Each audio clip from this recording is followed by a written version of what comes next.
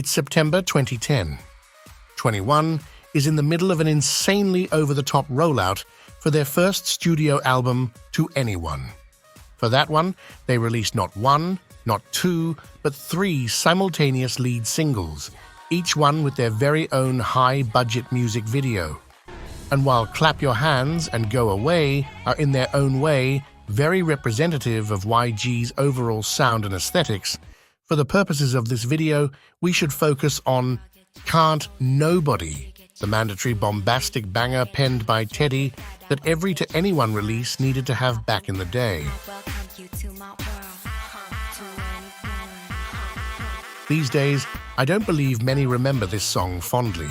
It's definitely not the banger that comes to mind when one ponders To Anyone's legacy. The exaggerated auto-tune, especially over CL and Dara's vocals, is a bit too much, and it also immediately dates the song. But still, it's not a bad tune. In fact, I actually remember really enjoying this one way back when. If you don't recall Can't Nobody at all, here's the rundown. We open with CL mouthing platitudes about owning primo shit that you couldn't even dream of affording, which I typically find pretty grating in rapping. However, the fact that CL most likely also couldn't afford any of the crap she's name-dropping and was just fronting in her typical bratty and brash style is actually endearing. Bless her heart. Minji comes in during the pre-chorus, showing off her Tortured Poets Department credentials with some pretty profound lyrics.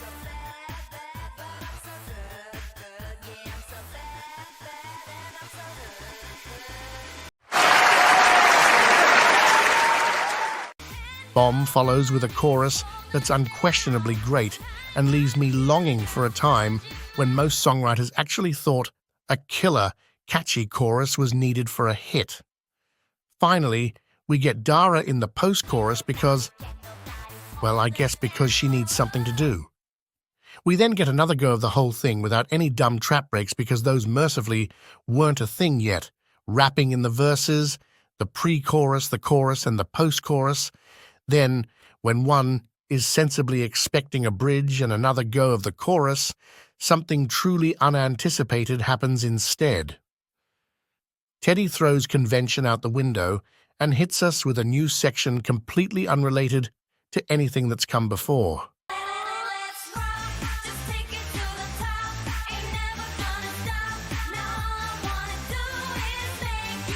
It's absolutely jarring on a first listen, but the lyrics are so catchy and sing-along friendly that they win you over and make you sort of want to listen to the whole song again just to get to this one bit in the end.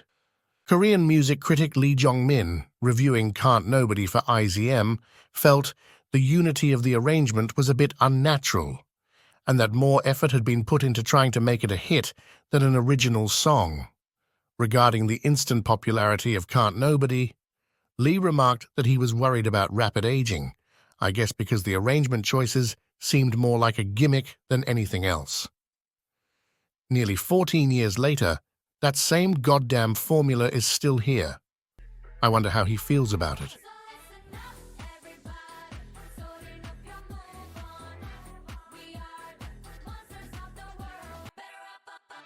Teddy was a member of first-gen K-pop boy group One Time under YG before becoming a full-time in-house producer for the label, and, I don't know, maybe during that time he had already experimented with this let's jump the shark in the last 30 seconds of a song approach before. However, I'm not really in the mood to scour the back catalogue of some first-gen K-pop boy band to make sure, so for all intents and purposes, let's just say Teddy came up with this idea for To Anyone. It is mainly associated with YG girl groups anyway, so we might as well do that. And since we are going to talk about it so much throughout the video, let's just give it a name to make it easier on ourselves. How about Teddy's arrangement choice knackered by YG, or TACKY for short? So the next time you hear some new YG song with this arrangement choice, just remember that what you are listening to is TACKY. Also, make sure to comment, "That's some tacky shit," to show other K-pop fans that you are knowledgeable about music theory. It's funny though. You can find a handful of examples of this song structure in 21's discography, but I don't think anyone would necessarily associate it with the group. The girls were more than tacky, and Teddy truly experimented with different ideas back then. Can't Nobody and I Love You both use the tacky structure, but nobody in their right mind would think these songs are carbon copies of each other. In fact, while I do enjoy the tacky ending in Can't Nobody, I actually think it hinders I Love You. It really doesn't go with the melancholic and dreamy vibe of the rest of the song. Missing You and Crush also have tacky endings, but I actually really don't care for either of them, so the less said about them, the better. But still, all of these To Anyone songs have one other thing in common besides the tacky factor. They all have relatively simple production and rely more on catchy melodies to carry the songs. They are also complete songs with their own melodic hooks. They just have an extra section tacked on in the end, almost like a dessert to wrap up a full-course meal. However, Teddy's formula didn't disappear into the ether when YG hung To Anyone to dry after Park Bom's scandal in 2014. It would actually evolve into something much more familiar to younger audiences.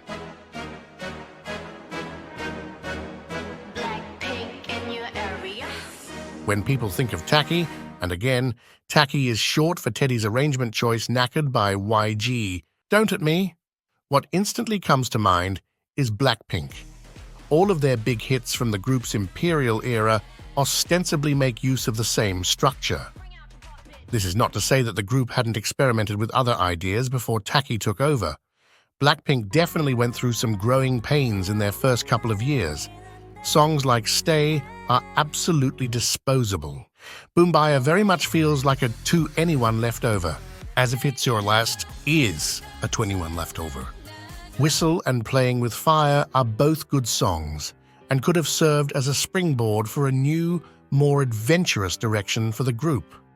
However, that's not what happened, and Teddy quickly went back to familiar tacky territory.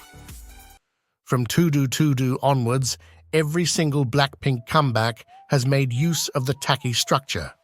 They might have other title tracks in there, good or bad, that played around with other structural choices, different tempos and even genres. But the tacky ones were always the main event. However, Blackpink's brand of tacky is different from 21's. It has evolved into a slightly different beast. While 21 songs were mostly fast-paced and relied more on the melodies and vocal lines and just had that jump the shark moment as a bonus section tacked on in the end, Blackpink songs are slower and rely on fantastic production to keep the listener hooked, with the tacky ending being the one moment when something truly catchy pops up and the tempo picks up. Elsewhere in these songs, you get uninspired melodies with nothing lyrics and empty choruses that just repeat the name of the song.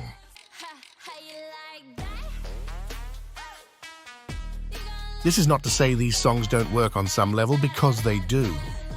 However, listening to a Blackpink song on crappy earbuds like most people do is not that great of an experience. Live or die. Make your choice. Because Blackpink songs rely on the production and weird synths and sounds to work, if you can't hear that shit all that well, you won't really care for the songs up until the ending. So the tacky ending, which is the only point in the whole song where Teddy has actually put any effort into melody, becomes much more important than it was during the 21 days. It becomes the reason why you put up with the rest of the song. It's a display of laziness on his part for sure. But what can I say? It worked wonders commercially, and Blackpink soared higher than 21 could have realistically done, even without Bomb's scandal in 2014. Now Blackpink is getting phased out just like 21 before then, and let's be real here. Tacky had already worn out its welcome by the time Pink Venom came out. So clearly, we shouldn't be getting the same shit again and again, should we?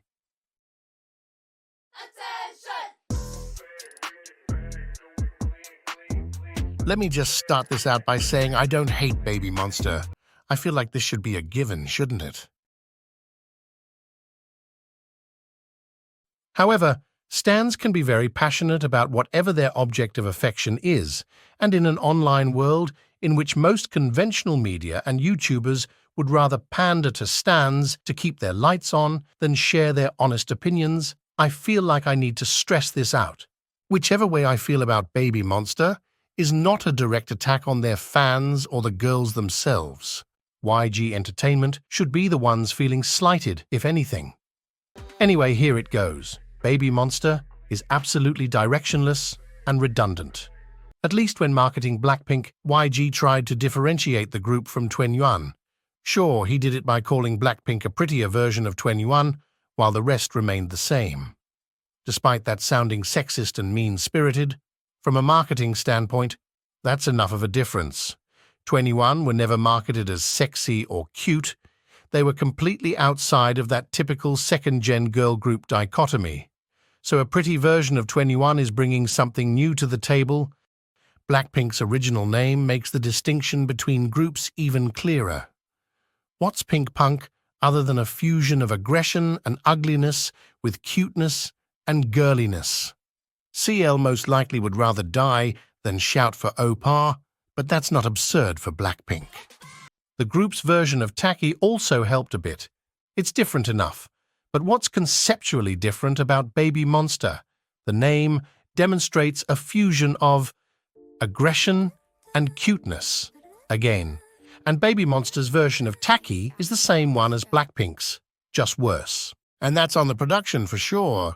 Teddy's not involved with Baby Monster and is working on his very own Blackpink replacement in one of those Mnet reality shows.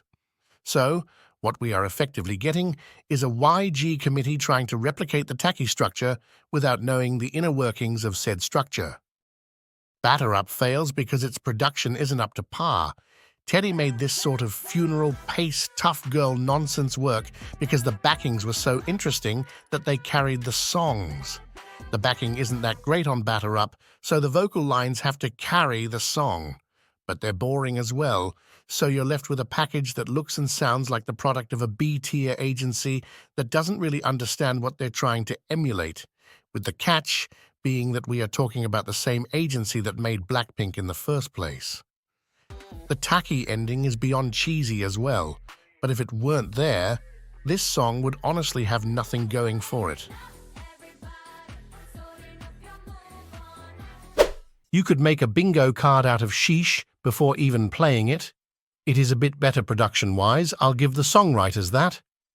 They got that vaguely Middle Eastern thing going on in the backtrack, and they also got the bombastic, catchy and melodic pre-chorus part right. But that chorus is just offensive. To be honest, it's also extremely predictable as well. Just from the name of the song, you know the poor girls are going to have to shout sheesh 500 times during the chorus, and I honestly had a big laugh the first time I heard it. Surprisingly, however, the TACKY ending in sheesh is also subpar and doesn't help the song in any way. There's nothing to latch onto here other than parasocial relationships with the members. The songs aren't there, the image is stale, and even the commercial success that tends to be a given when it comes to YG isn't all that certain anymore. Batter Up was dead on arrival, and sheesh took weeks of promotions to sort of recover from weak numbers out of the gate. This formula isn't really working, neither commercially nor artistically, and it does make sense. During Gen 2, only 2NE1 and their Nugu copycats had a clear girl crush identity. However, post-Blackpink, every other label has some group in our areas. Baby Monster is just another one of those the well has truly run dry. Nevertheless, I don't see YG course correcting. They'll try to arrange the deck chairs on the Titanic for a couple of comebacks to see if K-pop fans will eat it up. And you know what? That's not such a hard ask when you think about it. The world will never run out of tweens who will find this fresh and exciting and daring and the epitome of rap. But as someone who's been around since the Soviet Union was a thing, I just can't help but shrug at the sight of yet another YG group pulling the same tricks. But yeah, it might work. And if K-pop fans do eat this up, then it's business as usual. If they don't, Then the girls will have to wait out the remainder of their contracts in that damp YG dungeon. I pity them the most. Can you imagine? Giving up an adequate, proper education to pursue music, and you end up having to be a copy of an idea from 15 years ago singing cringe shit. If you care about these young women at all instead of taking issue with what I've said here, you should demand better from YG. They have the means to do so. They could try and be original for once. I think it's only laziness getting in the way. And if it's not laziness, then YG is just truly tacky, and not the acronym in this case. And there you have it. Do you agree with my take on YG's stagnant song formula, or you just can't help but love those tacky endings? Let me know in the comments. Also, make sure to check my recurring series on #1 songs in Korea. Coincidentally, I've recently covered a 21 track for it. Don't forget to like the video, subscribe to the channel, and comment down below. Bye.